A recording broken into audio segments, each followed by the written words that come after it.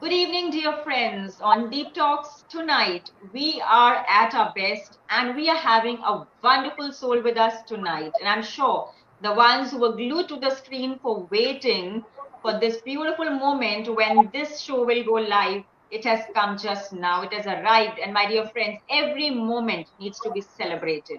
This is your host, lovable host, Miss Gurleen Khokhar.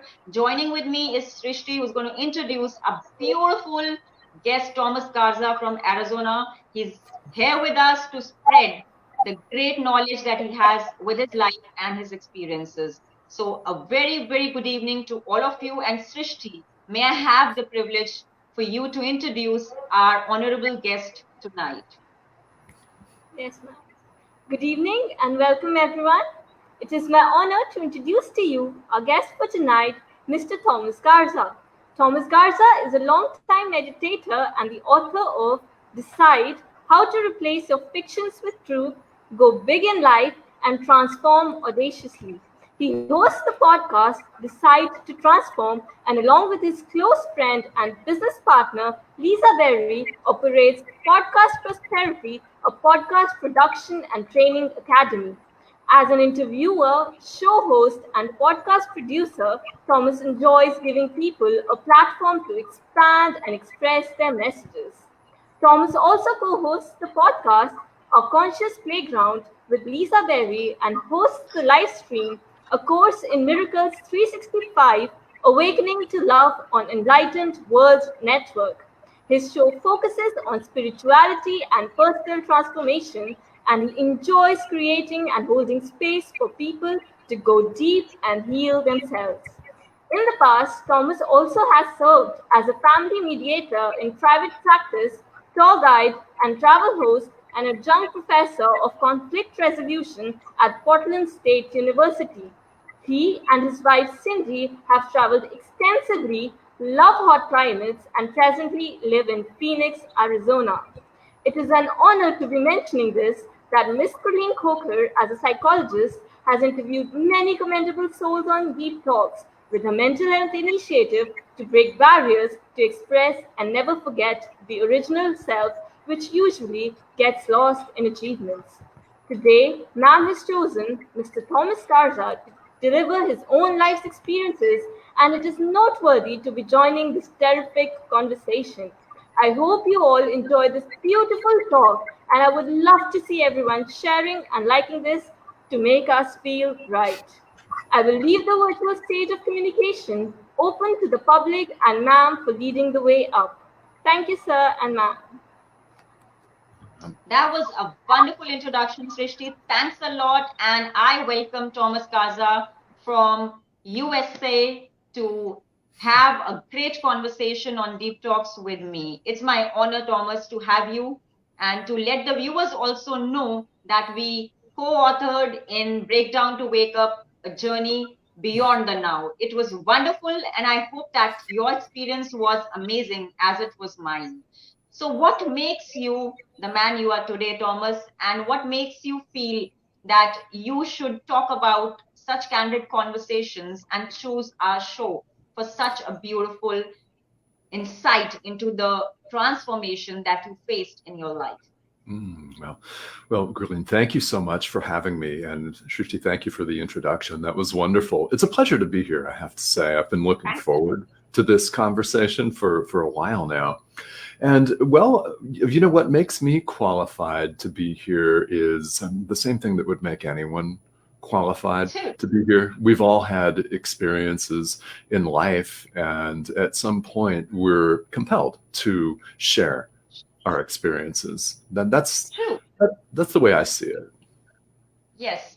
So, Thomas, that was wonderful that you co-authored in this book, Breakdown to Wake Up. What made you think about it initially that you would want to, feature in that book? Was it an insightful journey, or was it an awakening of the conscious self that made you feel, oh, I have to share with the larger world what I felt? So, is it something that is enlightening enough so the audience would love to know what actually was the reason that made you an author as well? Well, yes, it was really when I first was introduced to the book, Breakdown to Wake Up, I was very interested in the concept. I found that I resonated a great deal with the concept of having a breakdown or a really dark, deep moment and then a transformation and emerging on the other side of that as a different person, more purposeful, more loving, more forgiving, stronger in really pretty much every way. So the concept was something that really intrigued me first off. And my business partner and very good friend, whom you've interviewed on your show, Lisa Berry, from Canada, talked me into getting involved in the project. I had never done a compilation like this. I had authored a book on my own before, but never gone in as a contributor in a book writing a chapter. So it was new to me, and she convinced me to do it. And I'm glad she did, because I really enjoyed the process. Exactly. That was wonderful to hear that you are working with Lisa Berry as a business partner as well. She featured in our show as well, and it was amazing to hold her and host her. I mean, she's a terrific soul. So are you. So your journey after accident is what I would love to know, because I've read your story and it is uplifting me, and I'm sure the audience who has joined us is there to listen to what you underwent and how you transformed yourself from the barriers that you were having in your mindset. There is Pragati Singh who has said good evening to you. There is from India Arasu P who has said good evening, sir.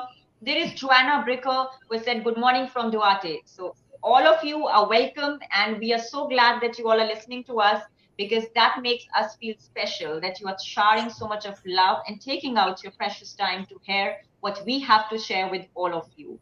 So Thomas, I would love to, ask you that what was that turning point, I would say, or what was that enlightening point where you felt that this is a call for you to choose the moment to live and express the way you are?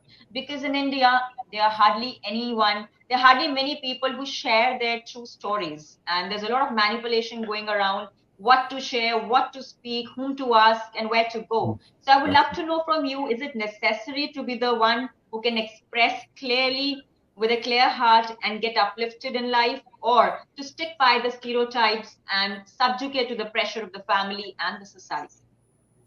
I resisted family pressures in the end, but they're very real. They're also very real in the United States. So for those of you who aren't familiar, it seems to be on the surface a rather open society. Yet in certain families, there are tremendous unwritten rules, so to speak, as there are in India, right? Pressures to conform. It's something that is common worldwide. And because I, as a young man, bought into that, I found myself in 2013 in a career that was no longer serving me on a deep and spiritual level. I was really, frankly, miserable and had thought of getting out, but I was making a lot of money. So there's always that. There's that portion of the equation. I was hesitant to let that go. And what happened was that I just got more and more discontent. I grew more discontent by the day with the work that I was doing. And for those viewing this was in mediation, so alternative dispute resolution in the family setting, so divorce and child custody disputes. I worked with parents that had children and were trying to figure out the custodial arrangements. It was very intense, and it paid well, but it was very stressful. And I wanted to get out because I felt the whole time that there was something more to life, something more that I needed to be doing. And I was certain of that, yet I didn't know how to break through the conditioning. So it took years and years. Finally, the universe, God, spirit, whatever someone wants to call it, intervened on my behalf. And I was involved in a major car accident on December 3rd, 2013. Yes. Woke up in the hospital and was unable to walk. I had to learn to walk again. And apparently I was struck at about 60 miles per hour. What they call is T-bone. Left to survive. From the side. Indeed. True. Yes, with nothing wrong neurologically, but my hip bone was shattered, so I could not walk. And that was my wake-up call to really change. And what's amazing to me now is that it actually took something violent like that to Yes. wake me up. Yeah. True, true. So I think that dark episode of your life where you must have felt a good jolt from an accident must have awakened your conscious self to choose something that's even more calling for a toast to build yourself up, maybe the inner self. So there are people who are stuck up in life with their issues, their problems. Do you think asking for assistance from mental health experts is should be really easy and should not be looked down upon? Do you think that the need for the mental health experts in our India and around the globe should be as easy as picking a call up and saying hello to someone? Yes, in a word, yes, it should be as easy. And it should be something that people recognize is okay. It's an option. We have the same issues in the United States. We have people like myself that were raised to think that somebody who suffered from depression had something really terribly wrong with them. And people tend to, and my own parents have done this, they tend to want to minimize things, and they tend to deny, and it's very common all over the world. Yes. I think that there is help available, and people should absolutely take advantage of that. That's what people are here for, is to help. True, true. That's fantastic and well said, because it is something that it is not demanding any fare in it to ask for help. Help should just be asked for. It's so easy to ask. Once you've initiated a step, it's very easy to just go forward, move. Life living it in a stagnant way is not living it up. So I have read about you and I have seen most of your shows, A Course in Miracles 365, Awakening to Love. And this show talks about love and experiences of it. So how do you feel when you host this show? A Course in Miracles 365 is an inspiration from your own journey of life, or is it something more than that? We would love to know. Our audience would love to know. And what made you click with it? We would love to know. At least I would, as a host, love to know, because maybe I'm not that good a host, but I'm so sure that this might awaken a new self of love to me. No, yeah. No, I think you're a fabulous host, and I'm having a great time here. So thank you. Yes, I'd love to talk about this. I was approached by Dr. Ruth Anderson, who is the director of Enlightened World Network. She's in charge of it. I was approached by her in January of this year to do a daily live stream on A Course in Miracles. And we can see the title there. That's the title of the show, A Course in Miracles 365, Awakening to Love. And I instantly said yes. This spiritual text has been the centerpiece of my own practice since 2013. Wow. That was a big year. Before the car accident happened in December, earlier that year, I had picked up A Course in Miracles and started to go into it, and it instantly resonated with me. So there's a lot of experience that I bring to the live stream, but it is also something more. I've had the experience of really being out of my own way. People can call it whatever they call it. They can call it channeling. You can call it anything that you want. But I've had the experience on several of the live shows of not being the one speaking, which is really interesting. Wonderful. That's fantastic. It is something, awakening your inner self to help people and give them a platform to express themselves as well.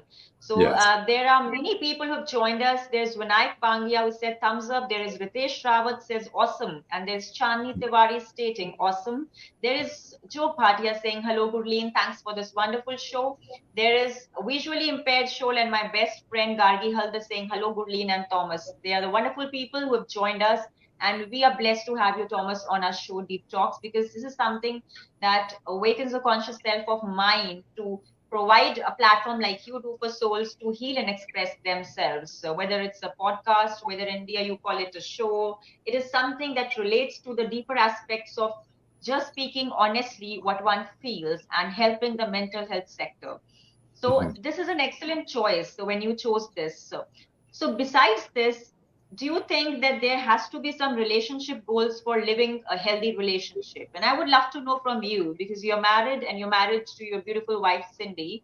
And I'm sure that you have something to share with our viewers, that how can relationships be healthy and how can people manage to live in a better way and also give time to their work. So balancing their personal and professional life. So I would love to know some tips from you, because it is rightly stated, when one undergoes a lot of struggles in life is the time when one can actually provide assistance to others. And I truly believe in it, because I myself have faced a divorce battle and I myself guide people like you. Work Yeah. as a mediator. I'm sure that people must have given you money for the work and the efforts you put in. And Mhm. I'm sure that you have much to share on this show. And we would be delighted if you can share some tips about having a healthy relationship, how one can have that. Okay. Well, I'd be happy to. As we talked about, I was a divorce mediator. So my clients were going through a divorce or a separation. I've also been divorced myself. So I know from personal experience what works in a relationship and what doesn't. And I think that when Cindy and I met, it was 2009. I had been divorced for a couple of years. She had also been married and divorced. We each had children from our first marriage, and we connected. And it was pretty clear that part of it is we were in different circumstances because we had made mistakes in our previous Yes. relationships. But the key to sustaining it for us has been both communication with each other, and it's been True. honoring the other person's change, because no one is static. No one is going to remain the same person that they were when you first met. And I think that people unrealistically place those expectations on True. each other, no True. matter where in the world, no matter what society you happen to live in. There are a lot of expectations, and we've really just expected that the other person would grow and follow their own passions, and we're here to support each other in that. We have very different careers. Although we're both entrepreneurs who work from home, we have very True. different careers, very different interests, but we help each other to grow, and we've made a conscious commitment to that. That's Those are the wonderful. highlights. Yeah. That's wonderful. That's wonderful. So, was your divorce a mutual divorce, or it took a lot of time for you to decide upon that? Because it takes a Mm, lot of, inner work for coming to an answer to that. Yes, you can live independently and you want to evolve in your life and you want to do something that's different from the other party and set both the parties free for a great journey in life. But I think mhm. mine was a mutual divorce, and I felt very easy to share to the public that this is what happened, and probably you can take guidance from what happened with me. It's not necessarily to be a feeling of boasting about that, oh my God, I'm a divorcee. No, nothing like that. It isn't a celebration. It is something that we have just tasted something and it didn't seem good to us. For a while, it was seeming very nice, but after that, the reality popped in, and we are okay that we can separate our ways and live better.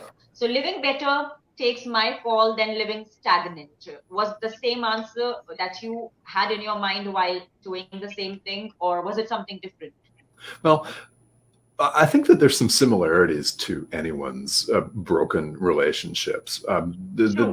What was similar to me is it took a while for me to. I was the one that initiated it, by the way, and that was Yeah. not an easy thing to do. So I think that's true of Not whoever easy. initiates the split has to do it. They've reached a Yes. point in their own development, in their own relationship, where that's the best option. And it took me several years. There was a lot of suffering involved. There was a True. lot of turmoil involved. And when I finally initiated it, of course, I encountered tremendous resistance from her, and it took almost a year to get everything finalized. It was a long process, and we were fighting with each other the entire time. Yeah, Yeah. I can totally understand and totally can relate to it. The ones who are watching us, hearty welcome to the ones who've really joined us. Mudit Chawla is saying hello. There is Sunil Kaushan saying hi, Gurleen. There is Nilima Mohol who has joined us this evening.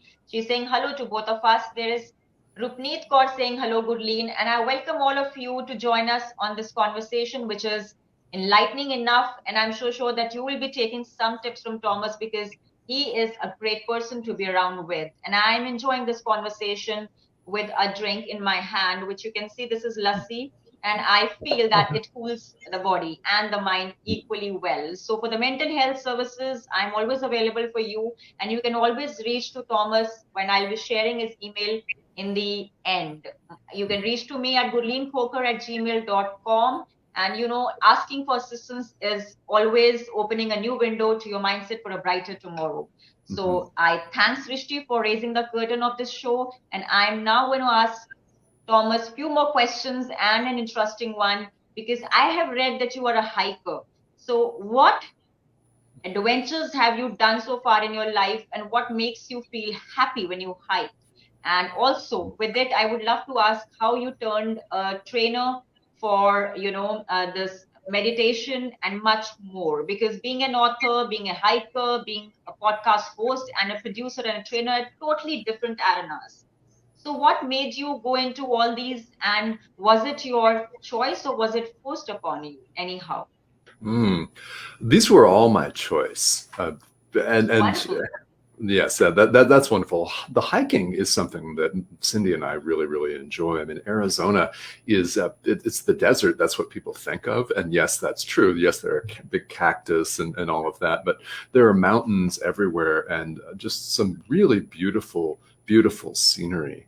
It's really quite wonderful. So we enjoy that.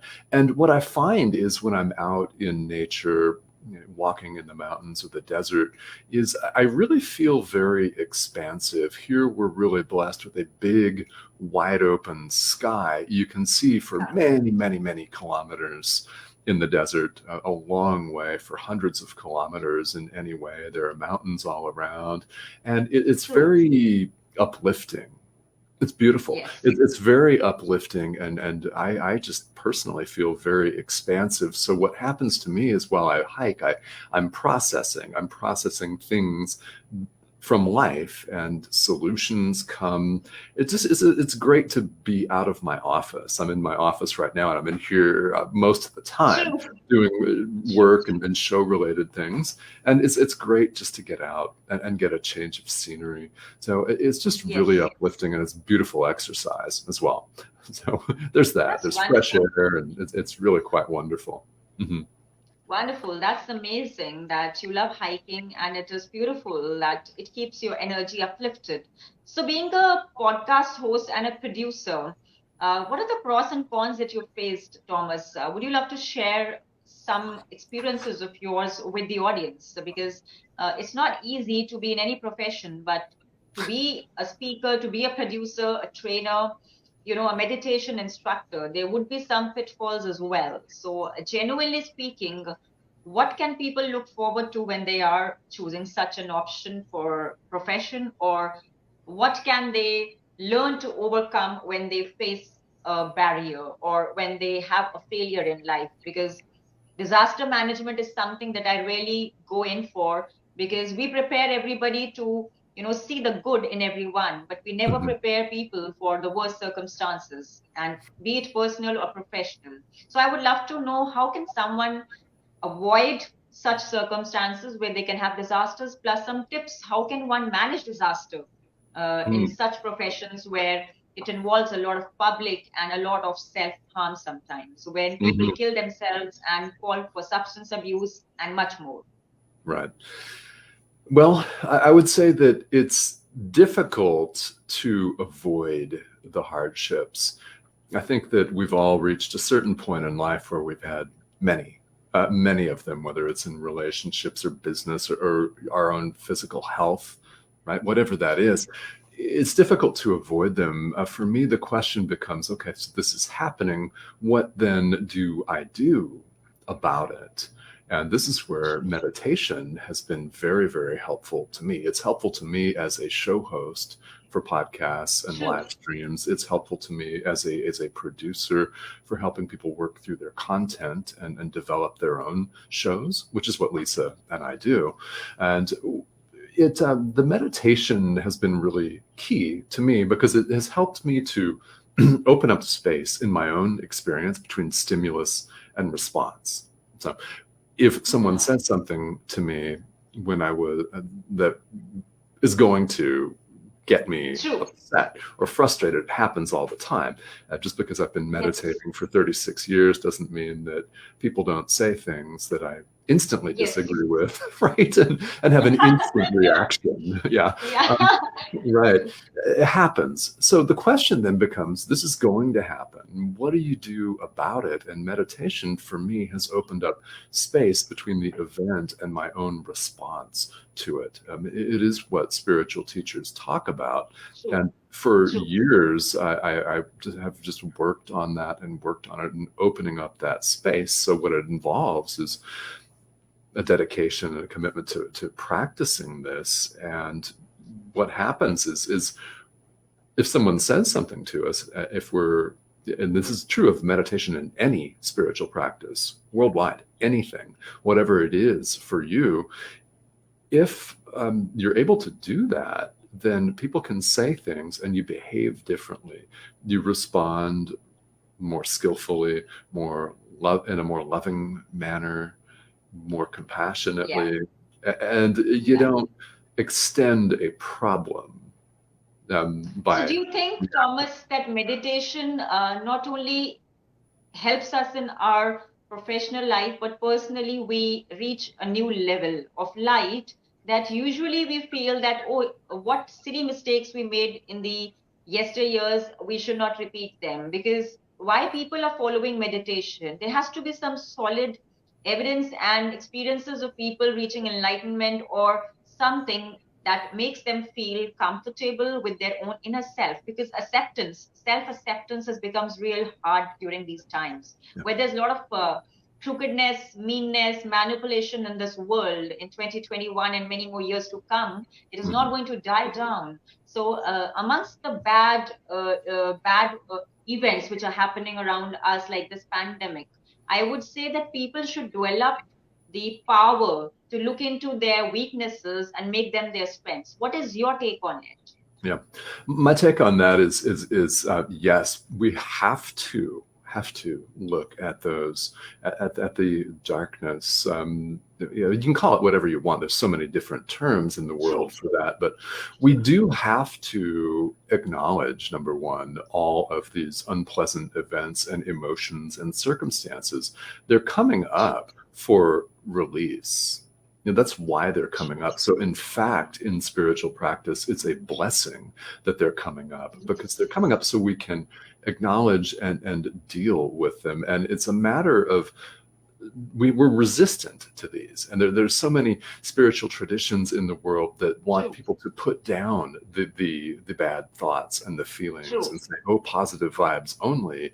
Well, I mean, that sounds really nice, but it's not effective. It's not effective in practice, because those thoughts and those feelings and emotions will continue to come back again and again until they're released by you. So it's about dropping our resistance to those, first of all. So according to you, Thomas, does emotional stability comes in the professional success? So when we talk about emotions, humans usually lose on balancing their emotions in life. People cater too much to IQ and they forget that controlling emotions is also an art. So do you really believe in meditation we try to balance the EQ and IQ concept, or we can, through the technique of meditation, get to a level where we can manage our lives a little more better and reach to an inspiring stage where we can connect to the spiritual souls and, guide the people who are around us for living a healthy and simple life? Because simplicity is being lost. The milk of human kindness is just flowing away from us. And we, in this pandemic, we are trying our best to realize the value of the environment, the value of the animals around us. So the ones who were taking it for granted, they are trying to now revive the passion of looking after certain things in life. So do you think all these things are really important? Because for me, as a mental health expert, I feel we are losing out on emotions. We are losing out on empathy. We have become apathetic towards situations and conditions in life. So what has pandemic taught you, and did meditation techniques help during the pandemic? Because there are a lot many tarot readers coming live on Facebook sessions. There are a lot many people who are coming like energy healers, and all these people who are showering a lot of blessings on people who are in the hospitals, or they're still struggling, and the ones who have lost their loved ones. So what's your take on all this, the scenario that's right now surrounding all of us across the globe? Mm. Well, I think that it has been a real challenge for all of us, for a lot of people. It's also, I see it as an opportunity for people to really look within, which is what we all must do. It's what we've just been talking about with spiritual practice, with meditation. And I think that one of the things with meditation that people really get in their own way on, we really obstruct ourselves by being our own worst critic, really, which leads to anxiety and depression and mental health conditions and challenges for a lot of people, is the fact that, I mean, I have had students that I know expected to become fully enlightened in 10 minutes. Sit for meditation in 10 minutes, 10 minutes and acquire the wisdom Buddha. Well, it's not really possible. So it's a process. Yeah, it's a process, and people have unrealistic expectations. We never know when we're going to have a major breakthrough. Of course, that could happen at any time. But I think that people, and people really hesitate to commit to a process because they want to see instant results. So this is part of living in the 21st century. Short-term benefits. You're right. With all of our technology, it's instant gratification. We have everything available to us on Facebook and Twitter, and people have lost their sense of patience. So with the pandemic, people have had to be more patient because this was unprecedented. Nobody knew what really to do when it all started. And it looks different, of course, everywhere around the world. But it has forced a lot of people to really think about what's important to them. Connection to themselves, connection to friends and family. I have met a lot of people who have recommitted to their own spiritual practice or embarked on a new one. And people are really, fantastic. I think, stepping up here. That's uplifting your inner soul to have more experiences. And I always follow the rule of learning every single moment, because connecting and meeting new people and doing this show makes me, curious enough to know that there's so much to learn from so many souls around us, and so much to value each moment, that why do we have to give so much of impetus to negative thoughts in our mindset? So your chapter in Breakdown to Wake Up was named Reconditioning. I would love to know why you chose that word, reconditioning. Has it got some significant aspect in your life? Because I would love the audience to know that when you can think positive thoughts, you can manifest something that can create miracles in your life. So you have chosen that, and you would love to share something with us which would prove that the chapter named Reconditioning has stood a long way in enlightening many of those who must have read the chapter, including me. So what was your thought in naming that chapter Reconditioning? Well, the word just jumped out to me. It just hit me. This is what the chapter must be called. And there was never any doubt about that, because that's what my journey has been about. And it's true of all of us. I was miserable in my career because I had followed my family, traditions, my unwritten rules and pressures and social pressures. I always liked school and studied and did well. So in my family, that meant that I had to pursue careers such as doctor, lawyer, politician. I had to have status in the world. And, I wound up studying law and graduating. And that's where the family mediation career came from. Yes. And I was miserable at it because I was not following what I really wanted to do. And the chapter is the description of the car accident where I was prior and where I am now after that. And it was really as I wrote it, it was really all about, well, it's about all of us, because we're all conditioned from the time Yes. we're very small in society, in school, by our families, by Family. respective world governments, and everything. So True. we are all we have to live with all of this, and we might find, most of us do, that certain parts of that don't resonate with us. They're not who we really are or who we're supposed to be. So spiritual True. practice, psychology, depth psychology, everything is about True. releasing that and reorienting ourselves. So it really True. is a reconditioning process. True. So there's a deep tip which I share on this show every time, and today it is to remain ignorant of oneself is the big black block to your success. Is, according to me, something that one has to know one's own weaknesses and strengths. When psychologists offer a piece of advice to people when they walk in, they usually laugh over the things that why are they telling us to write and journal our thoughts out. Because I believe when you do pick up the pen, you do have the power to see what you write and analyze it later when you are in a balanced frame of mindset to what you've written. Is it resonating with your current actions and matching what you're doing? So when you actually try to do that, you figure it out yourself that way you are lacking.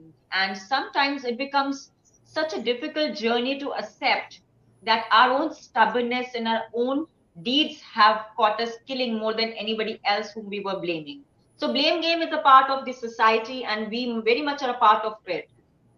Do you feel that when you were ignorant about your behavior and lifestyle initially, what you've written in your chapter and how you transformed, what made you feel that you were ignorant at that time? What was that turning point? Was it that accident only, or was it small active steps that were rising in your mindset before the accident itself? Yes, it was the latter. It was the small steps, small events that took place prior to the accident. And of course, the accident wound up occurring because I didn't Yes. heed the message from all of those small True. steps. But True. I'll just share briefly, I would have clients that were grieving. Grieving, True. divorcing parents, not sure what the future was going to hold, not sure what the court system was going to do about their situation. And I began to have really bad situations. People began to be even nastier and meaner and more, more I can violent, understand. verbally violent, True. emotionally violent. Aggressive. True. hmm Yeah, I began to see that worsen and worsen and worsen, which really made me want to get out of that environment more and more. Yes, so that is so true. When you are in deep shit, people around you usually do not help, but they would love to raise a toast instead. So every Mhm. word that impacts the mindset then has to be an awakening call for your inner transformation, is what I believe. So it is the same for every individual per se. During this pandemic, it's very easy to say that, oh, it's just a virus, but to the people who are suffering and going through it and are trying to think positive are the ones who are really fighting, and they're fighting hard, and it is something that is to be shared, and it's something that one needs to learn how to remain safe and secure and also protect the people around us. What we have forgotten is that we have become so self-centered in our lives that we forget how selfless activities can make us feel more grateful about what Lord has created around us. So, gratitude has become a habit of mine. Do you believe that gratitude helps us live better, Thomas? Yes, it absolutely does. It helps us to, number one, it's a very uplifting vibration. It's a very wonderful feeling. And it really helps, I find, to help me focus on things like hiking, like the desert, like True. physical activity, meditation, whatever it is, and whatever it is for you. Yes. It's a matter of placing awareness and emphasis on things that you really enjoy, that you appreciate, that you're really, really, grateful for. It's a beautiful thing to cultivate. So apart from that, Thomas, do you feel that stereotypes that people are having from yesteryears should be broken down so that people can, they don't limit their inner potential to have a beautiful life that they can with their abilities? Do you feel that the shows like I'm doing, I talk about sensuality, sex, and all those things that people usually inhibit, or maybe you can say that, usually women or divorcees don't talk about. And when I talk about these topics, I am not only concerned about the bold aspect, but I am concerned about the message that is going with it. The message is that it is easier to say that she is bold, but it is difficult to carry the luggage that's coming with it. There are pros and cons of holding such a show where it is concerned with honesty and the facts share with a larger audience across the globe. You are positioning yourself and you are representing yourself as someone who people would love to watch. So there have been followers and there have been many people who have liked this show. So on that basis, I feel one should never limit the inner potential just because the family said so, just because the society thinks like that, just because somebody has said that you cannot conduct yourself like this. Your story I have read, and I know that you have risen from those conditioned thoughts of yours, and you are the person who you are today, and you're doing really well. So, do you think certain limits should be there? Yes. Discipline should be there? Yes. Organization should be there? Definitely a yes. We cannot live without disciplined life. But do you really think that these stereotypes are progressive? And if they are progressive, then I don't think so. They are doing any good to society. There could be some stereotypes that are good enough to have if they are progressive. But at large, does the yesteryear stereotypes still should be followed in the modern society, or people should change with time? Change with time. Yes, Change with most time. definitely. Yeah, that's what I would say is change with time, because this is true of all of our lives. It's true at the macrocosm level of society. It's also true as individuals. We reach a point where certain beliefs, certain conditioned responses do not serve us, either as individuals or as society, or both. And if it doesn't serve us anymore, once we become aware of that, then we have no choice, really, but to change that. And we each have the ability to decide to do that in the present moment, True. which is all we've got. True. So apart from being an author, tutor, meditation instructor, all these things clubbed into one, what has been your achievement, which you call an achievement in life, that made you feel so glad after achieving it? I would love to ask, and the audience would love to know, because everybody in their life has some beautiful moments to share with people and they can cherish in their lifetime. There's a long way to go, I'm so sure about it. And there are people who are watching us. There is my Masterji was joined from Canada, Charan Kaval Singh Sagu. A very beautiful hello he's saying to Gurleen, and I'm thankful that you've joined with us on this conversation. There is Marut Pandey. He's a great friend of mine, serving as a BSF officer. It's always change, Yara. That's great. It's always a nice time looking at the people who have joined us, and the ones who have really joined us. They share a lot of love and blessings to these conversations and these shows every time. And I am full of gratitude to not only you, to but all of them, because with them we are here. With them we share our love and blessings. So my question still remains the same. What have you to say on this, Thomas? All right.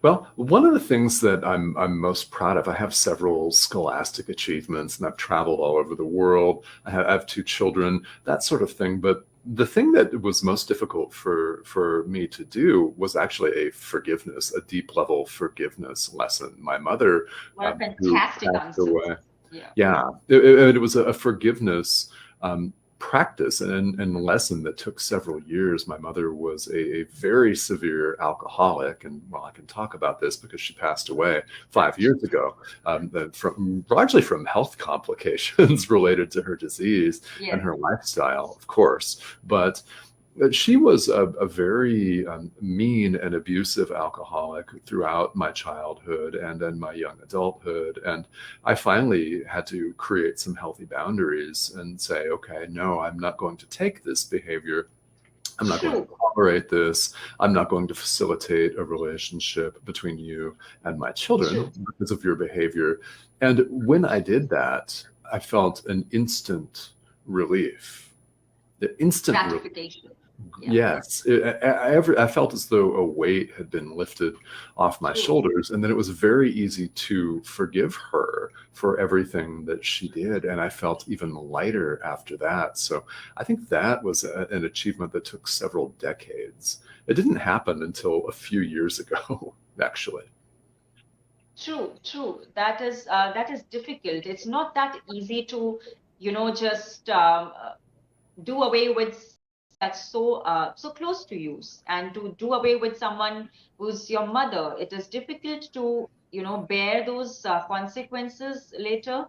But then it is up to you to have a limit as to will you be able to grow within those parameters. And if you cannot see your growth happening and your mindset not feeling the satisfaction levels that you should feel while you are in a healthy relationship, then you have to let go of it. And that's what you did. And it is commendable, because it takes a lot of confidence, it takes a lot Mm, of courage. And obviously breaking barriers is easier said than done. Like when I conduct this show, initially I was hesitant whether it will work with people, whether people will be throwing tomatoes or whatever shit on mhm. me. But Yeah. I couldn't care less. It was me, a fearless woman, talking about such topics that can actually reach to a larger section. Not Mhm. thinking about the appreciation from a larger crowd, but thinking about what I have to share with the public is something that's honest enough. And these conversations might as well help someone to live a better life. Mhm. And that's what is actually needed in today's time. It is. We can show off our statuses, we can show the money we have earned, we can show our relationships on Facebook through fake love pictures. But what still remains within us is that we are hard in acceptance of what we are losing on. And the threads that I'm picking up on is by creating a network of those healthy souls who can come on the love seat and talk about their life experiences, and they can share what they would love to share from their own experiences to the audience, that can actually brighten someone who's facing a depression, who's undergoing a battle, or probably take a tip from someone who can be a lawyer, could be a meditation instructor, could be anyone doing any profession. And that's what I felt would be something that can take someone's breath away. Because asking for help is not that easy. And luxury of life is actually in asking, because a curious mind can actually help resolve many issues, is what I feel. Do you feel the same, Thomas? Yes, I would invite everyone to stay curious. Absolutely. Yeah, to stay curious. And this is why we do what we do. We show up and we share from our experience. In other words, we teach so that you may be inspired yourselves to take this kind of constructive, helpful, and loving action. True, true. That is something that's wonderful. My dear friends who would love to reach to Thomas Garza, she can be reached at thomas@thomasgarza.com. Am I right, Thomas? This is your email ID, and Yes. the Indian audience can reach to you on this. And it is wonderful once again to co-author in Breakdown to Wake Up, curated by Jocelyn Bellows. I'm mentioning it again because everybody should take a copy of it on Amazon.com. It's available there. And this is the book, my dear friends, if you can see it. It's a wonderful book. We have many stories in it. The real facts are shared here. And also, on behalf of both of us, you're all welcome to reach us. Every word impacts the mindset. So use your words very carefully. Mm. And any incident in your life can awaken your inner transformation, is what I truly believe in. And that's what even Thomas believes in. Oh, Pictures of experiences show up in talks that are not forgotten, my dear friends. I have these candid conversations, and I don't prepare my questions before I come and ask questions to the person who is sitting on the love seat, because I feel the originality always shows up in the true sense on your face. When your face closed with a smile, there's nothing that matches more than the wealth that you're having in your accounts, because enough of wealth, if not shared, will only rot, and you will go into deep graves like this. So please be careful that if you have enough of wealth, try to utilize it in a way that can also help others around you have the feeling that you are caring for others and not only materialistic enough. This is what I truly feel, that people in life are only chasing money. They are wanting shortcuts to success. But what they're forgetting is that time is precious.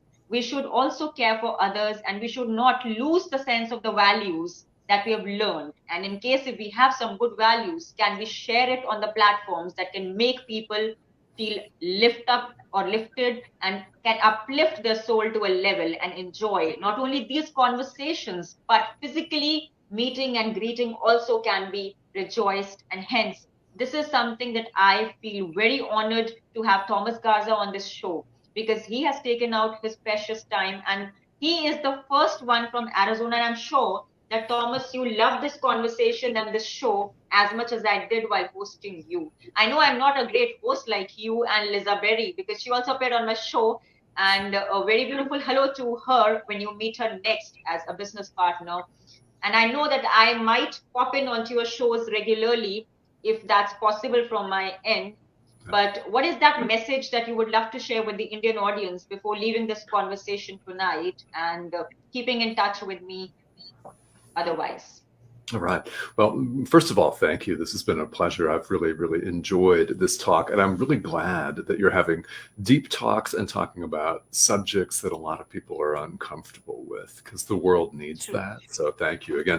This was great. My message for those that are tuning in here is we have a choice moment to moment between love or fear. So my invitation to you is to think about that and to choose love, to choose a loving action. What does that look like to you? Well, it depends on your circumstance. However, that is the choice that we all get to make, love or fear. And one leads to suffering, and one leads to all kinds of darkness, and the other one is loving, peaceful, positive, leads to the light. And you find that if you choose love more often, then you're having a completely different experience, which is what it's all about, to choose love. True. That's wonderfully wrapped up by Tomas Garza. This show, Deep Talks, is all about love, the love seed that holds relevance with the moves that we can enlighten others about the life experiences that we are having, and we can share and grow together. I would love to say a toast to the bold souls who are facing this pandemic. Stay safe, stay mentally and physically fit, enjoy every moment of your living a beautiful life. And if you are in need of helping someone, please do not hesitate. Pick up a call and start today, because you don't know who needs you and what can you give to the other person, and they can rejoice every time, like I do when I club people around and make them share their life experiences on this love seat. So I would say thanks a lot, Tomas, once again for joining me tonight. And I hope that you share this show with everybody when I share the link and make people connect with me so that we carry on the process of uplifting many more souls. Thanks a lot, my dear friend. Thanks. You're most welcome. Thank you. It's been fun. Great. Thanks a lot.